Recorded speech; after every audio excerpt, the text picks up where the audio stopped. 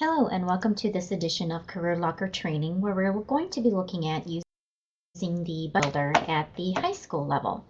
This is Amy Rivera, your CareerLocker training representative. Let's get started. The page that you see on your screen is the professional homepage. This is what your students when they first log into CareerLocker. Make sure that they are not creating professional accounts by using the professional registration code. That's why there are two different registration codes for organization. I'm going to click on the high school link. This takes me to the high school's homepage. This is what the high school students will see when they first log into their CareerLocker account. To access budgeting, we would click on this budgeting link, and then we would click on Budget Builder.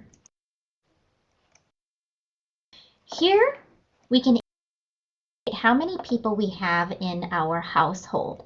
So if you just graduated from high school, let's say that you are going to be living on your own with one adult in the household. I'm going to click continue. Then we can choose to budget a certain amount of money each month for each of these categories. So how much money do I want to budget for housing? How much money do I want to budget for food, healthcare, childcare, and all the way down? If your students are not quite sure how much they should budget for each item, they can click on this link and they can indicate that they are in either a 1-bedroom, 2-bedroom, 3-bedroom, or 4-bedroom rental place or privately owning their own home. I'm going to indicate that I'm renting a 1-bedroom because I just graduated from high school. I'm a high school student thinking about graduating or after graduating from high school, and I want to see how much I should budget for myself. So high cost in the state of Wisconsin is $827 for a 1-bedroom rental place, and that does include utilities. Medium cost is $540, and then low cost would be $394. Now this is for the state of Wisconsin, although it does work very well for the rest of the United States. And if your students are not quite sure what high cost is compared to low cost, they can click on this slideshow and watch a video, or they can read the information below. So we have a housing description, and we have renting budgets. So upscale housing includes apartments, houses, or condos that have more spacious rooms, greater number of conveniences, newer appliances, nicer carpeting, whereas low-scale housing or low-budget housing or low-budget renting covers just the basics. So smaller rooms, smaller bathrooms, old carpeting, old appliances, maybe not in the nicest of neighborhoods. And so, of course, a student is going to want to live in the high-cost one, which is not going to be realistic, but I have a feeling that's what they would choose. So I'm going to click this high-cost button.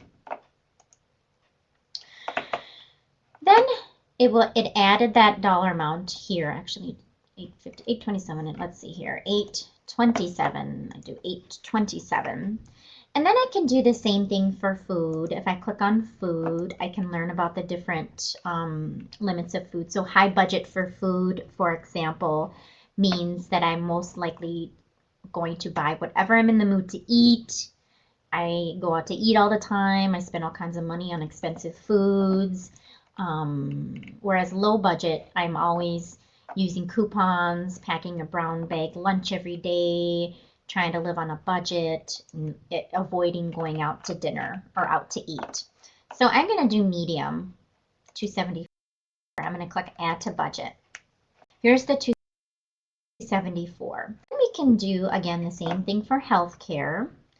I don't have any kids, so I put myself as a 1 adult, so I put 0 for healthcare, $951 for transportation. That also includes gas. So I gave myself $500. That's actually way too much. Let's do a $300 car payments and then $300 a month for gas, so $600.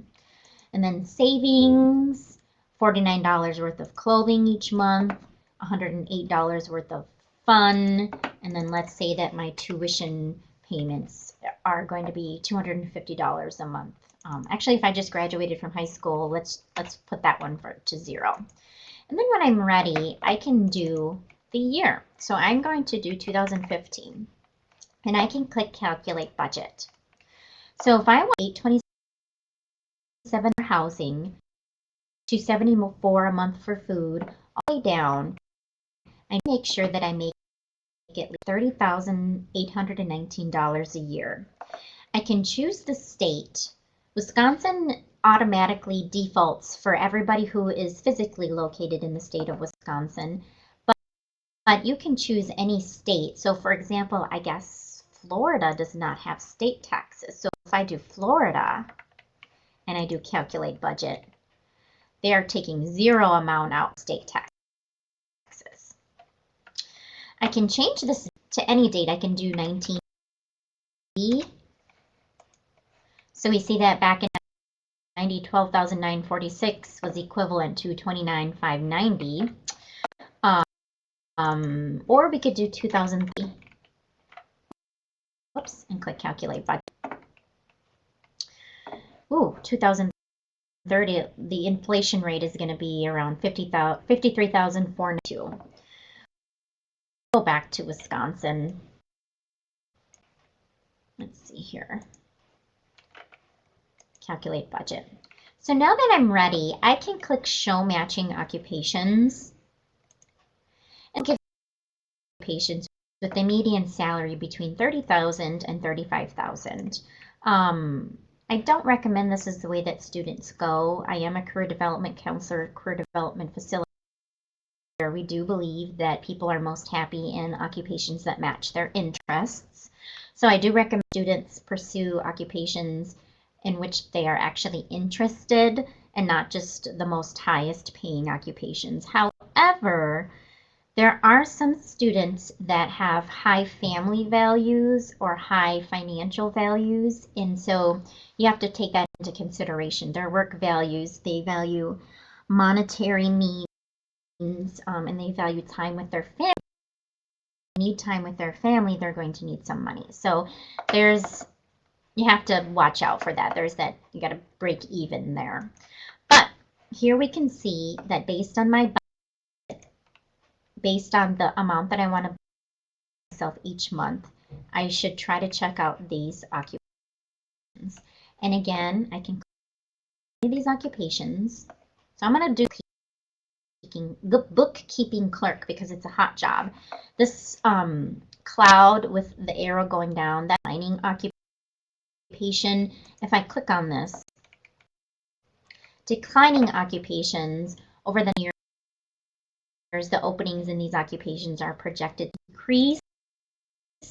And so the outlook for these is going to be bad. So for example, electronics inspectors, job seekers will face keen competition for position openings. Makes sense.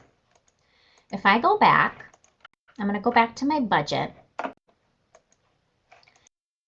Now that I have satisfactorily completed my budget, click on the Save, and I can give it a name. So I'm going to do October. I can only save 3 budgets at a time, so I'm going to do Save. It's going to ask me to delete an old one, and it tells me that it's been saved. I can find my saved budget in the ILP ePortfolio. So I will click on this button. The budget will be found all the way down on the left-hand side under the How Do I Get There section under Budget Plan. So here are my 3 budgets. This is the one that I just did, and I can go back and make any changes and save again, or look at the matching occupations. All right, so that is how the budget builder works in CareerLocker.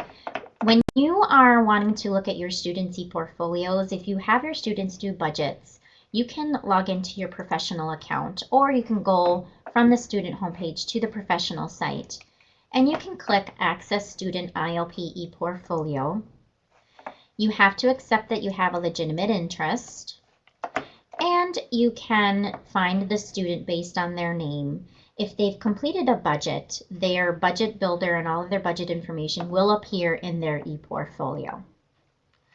Okay, so that wraps up our webinar today, focusing on the budget builder at the high school site. If you have any questions, I recommend you email me. You can email me arivera3@wisc.edu. Whoops. That's ARI, V as in Victor, ERA 3@WIS as in Sam, C.edu. Send me an email, and I encourage you to check out the rest of my webinars. Thanks so much. Over and out.